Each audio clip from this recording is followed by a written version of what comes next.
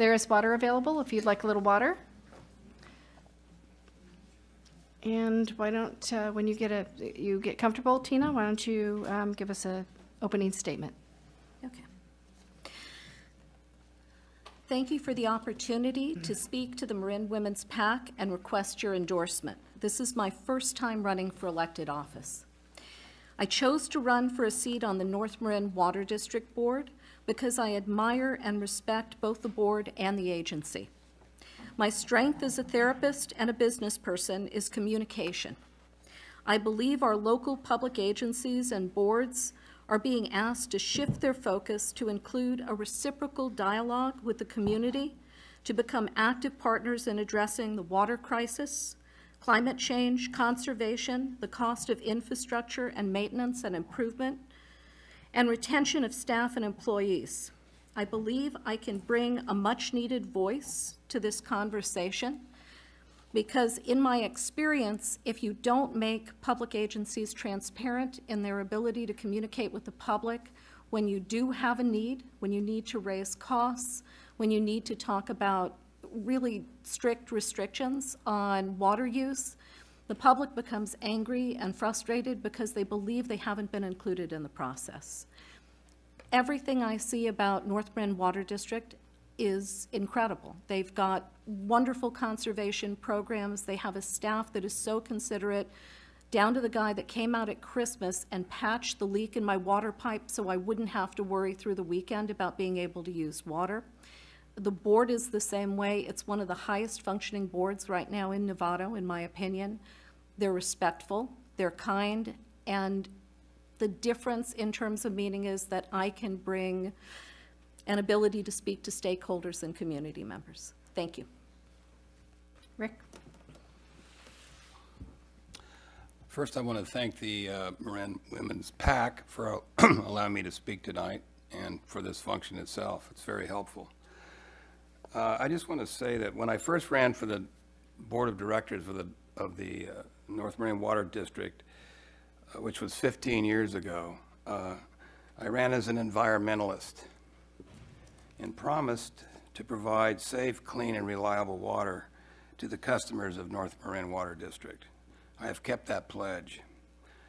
My environmental ethic has remained, and it's a big part of my decision-making. And I'd like to go through some of the things that we've done at the Water District in the past 15 years that have advanced delivery of water, the safety of water, and customer relations. First off is water quality. About 16 years ago, we built a new filtration plant at Stafford Lake, utilizing the state-of-the-art filtration systems. A couple of years later, we added solar to that area and supplied solar energy to the Stafford Lake treatment plant. Fire safety, we have increased our tank capacity approximately 60% in the last, since the year 2000, 60% increase. If you know what happened in Santa Rosa because the pumps were deficient and the water levels at the tanks were low because people in water districts pump at night when the cost of pumping is low. Geez, so we've worked with the Marin County Fire Department and the Novato Fire Department to make sure that our tanks are at near capacity all of the time, and in the evening especially. That's what happened to Santa Rosa. They ran out of water in the evening. Fiscal responsibility. We recently, and I love this one, we recently constructed the Aqueduct Energy Efficiency Project, which replaced a 30-inch pipe, and I'll have to stop. Why don't you finish your thought, because we have a little bit more time because Jim isn't here. Okay. Good. Yeah. We had a 30-inch pipe that ran between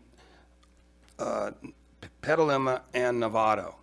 During the Narrows project, our comp controller was able to negotiate with Caltrans, and Caltrans picked up about 80–90% of the cost of this pipe. But we got a brand new pipe. It's 42 inches, and it works by gravity. We don't have to use any pumping whatsoever, from all the way from Petaluma to Novato. It was designed to work by gravity, so we copied the Romans, and it's working out very well.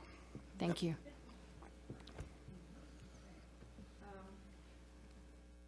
Are we moving into another drought? And if so, what are your plans to alleviate that or help it along? Yes, why don't you start? Okay. I don't think we ever left the drought. I think the problems with climate change directly affect the access to water, whether it's groundwater or aquifer water. There isn't enough water in the state of California. If you look at changing legislation that's coming down from the state right now, they're talking again about going from toilet to tap as a way to supplement water. So one of the things I propose to do in Novato is, while the drought was going on, folks conserved. I think we dropped our water use somewhere between 23 and 25% in order to re-engage them, because folks are back to feeling secure again, like there's plenty of water. We need to open a conversation and show them all the different opportunities they can have through the district for information. Am I still on? Okay.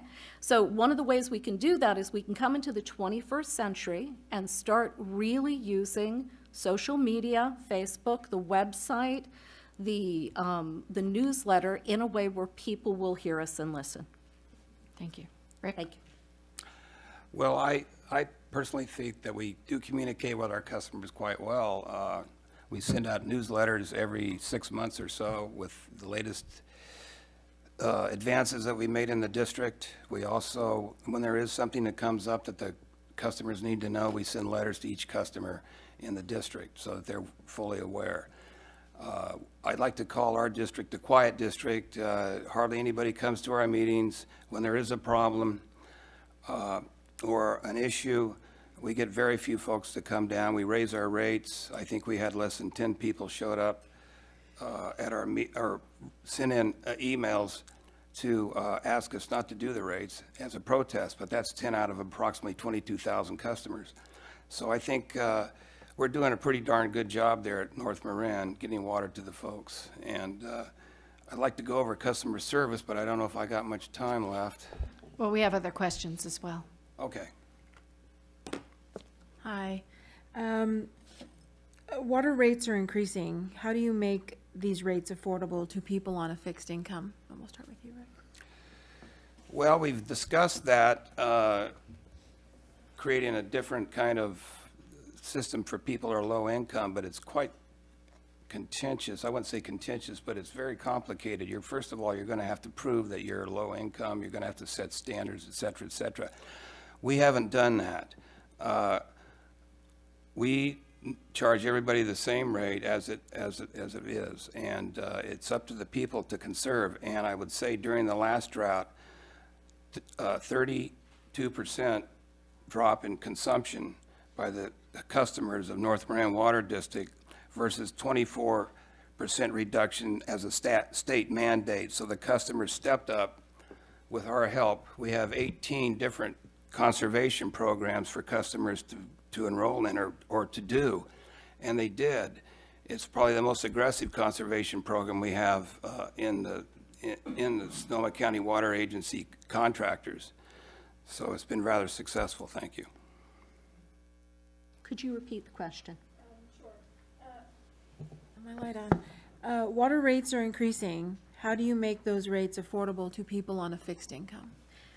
I think it's about, again, it's reaching out and listening. So everything that Rick says is accurate. All that information is online. But when the district recently installed alternative meter information systems, which are essentially smart meters, in an attempt to give people more direct feedback so they could reduce their water costs, so they could actually see if they had a leak, where it was, how to stop it quickly before they suddenly wind up with an $800 water bill. The problem is that people in the community aren't aware of what the programs do or mean. And they also, it's sort of like you go to the board, there was a gal that went in, she's a senior, she said, I didn't know I had a leak for 2 months until I got my bill. AMI hadn't been installed on our meter yet. Can you help me, please? And the district was very kind, but they said, look, we've already given you a discount in the past 24 months. The rule says no more discounts. This is a senior who was losing her house to foreclosure. So in my opinion, if you want to help people who are struggling financially, the district could actually combine forces with local agencies. In Nevada, we've got Nevada Human Needs Center and the Youth Center, which have reformed to create an entirely new agency that helps folks that are struggling financially. If we could say to this gal, you know what, these agencies help pay bills. When you have an excess heating bill or water bill, one time only, they may be able to help. We want to do more outreach where we can connect customers to resources. And I don't think I have enough time to go on. So the next question, fire. The water district owns a lot of land and watersheds. How do you protect those but offer services that, such as, that would, I guess, survive a fire breaking out? I think we start with Tina on this one. What I've heard so far at the board meetings that I've attended is looking at the areas around the tanks to see what we can do to reduce some of the dry brush and growth. What I see at a county level, and it sounds very Marin, goats and sheep. We're not using Roundup anymore, and Nevada's also not agreeing to use Roundup. So I think we have to find ways to reduce fire danger by reducing dry brush and doing it organically. Well, as I stated before, we've worked with both fire districts to make sure that our tanks are up to speed and full of water. I'll just read this. Since we've been conducting our master plan since 2000, we have constructed 5 new tanks, a 20% increase of the number of tanks, and increased Nevada's storage tank volume to 14 million gallons, or a 60% of the total volume. Overall growth in Nevada since 2000 has been relatively slow. Therefore, this increase in storage has been driven significantly by the increase in fire flow. So we're ready, sort of.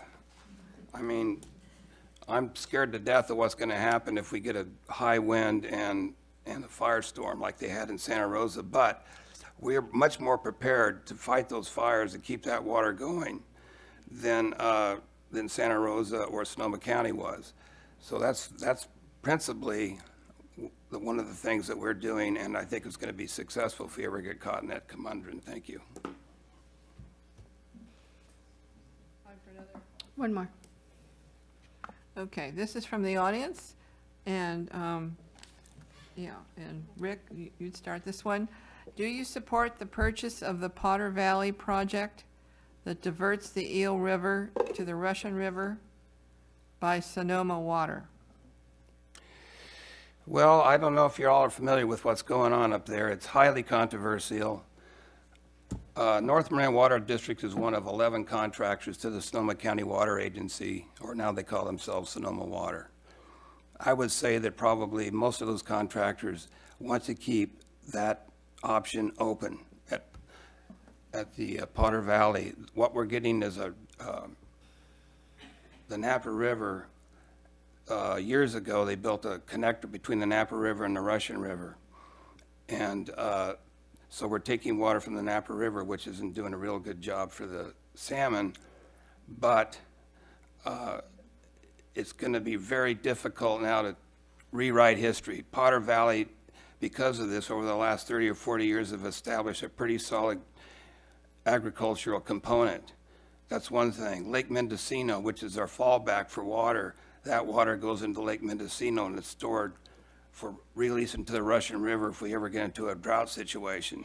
It's all very balanced, but politically, I think it's going to be very difficult to turn that back, turn the history back. Tina? I'm not aware of what's going on specifically at Potter Valley, but the way that I would approach the problem is from a conservation effort. I'd be looking at the watershed. I support the Napa Valley Watershed Group that objected to water being rerouted to commercial vineyards because there is a tremendous concern.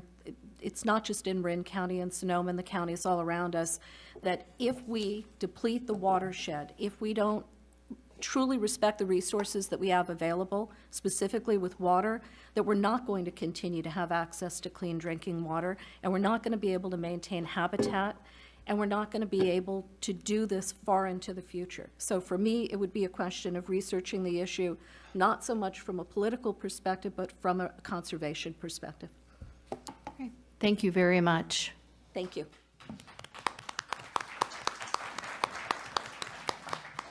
As I mentioned, if you want further information about the candidates, please see them out in the lobby.